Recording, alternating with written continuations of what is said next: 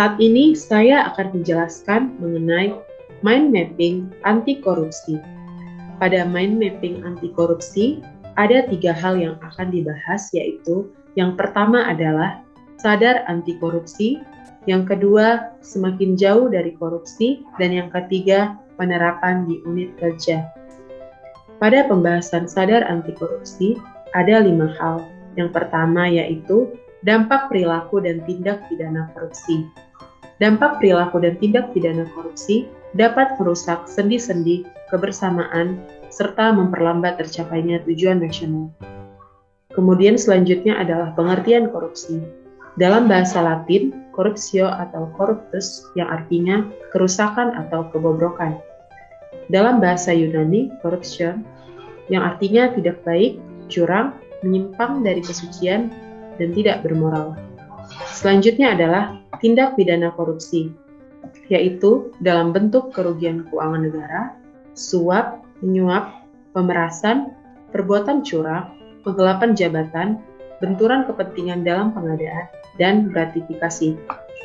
Selanjutnya yaitu niat, semangat, komitmen anti korupsi, yang dapat diwujudkan dalam kesadaran anti korupsi, semangat, komitmen untuk memberantas korupsi, serta tanggung jawab kepada Tuhan Yang Maha Esa.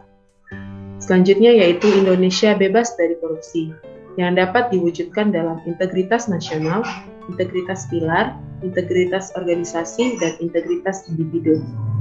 Selanjutnya yaitu semakin jauh dari korupsi.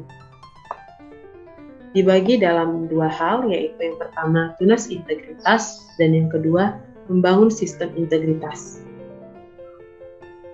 Pada pembahasan tunas integritas ada 3 hal, yaitu yang pertama tunas integritas, yang kedua penyelarasan nilai organisasi dan anti korupsi, dan yang ketiga penanaman nilai integritas.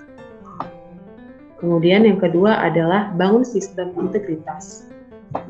Pada bangun sistem integritas dapat dilakukan dengan 3 cara, yaitu yang pertama adalah reframing culture, yaitu mengembalikan konten pada konteks semula. Yang kedua adalah seeding of integrity, yang artinya menanamkan integritas pada bawah sadar. Dan yang ketiga adalah sistem integritas organisasi, yang dilakukan dalam hal leadership risk, pengendalian dan penyelarasan organisasi, komponen sistem integritas, dan kematangan praktek sistem integritas. Dan yang terakhir adalah penerapan anti korupsi di unit kerja. Untuk menerapkan anti korupsi di unit kerja, ada beberapa hal yang perlu dilakukan, yaitu yang pertama adalah jujur, yang kedua tanggung jawab, yang ketiga sederhana, yang keempat berani, dan yang kelima adil.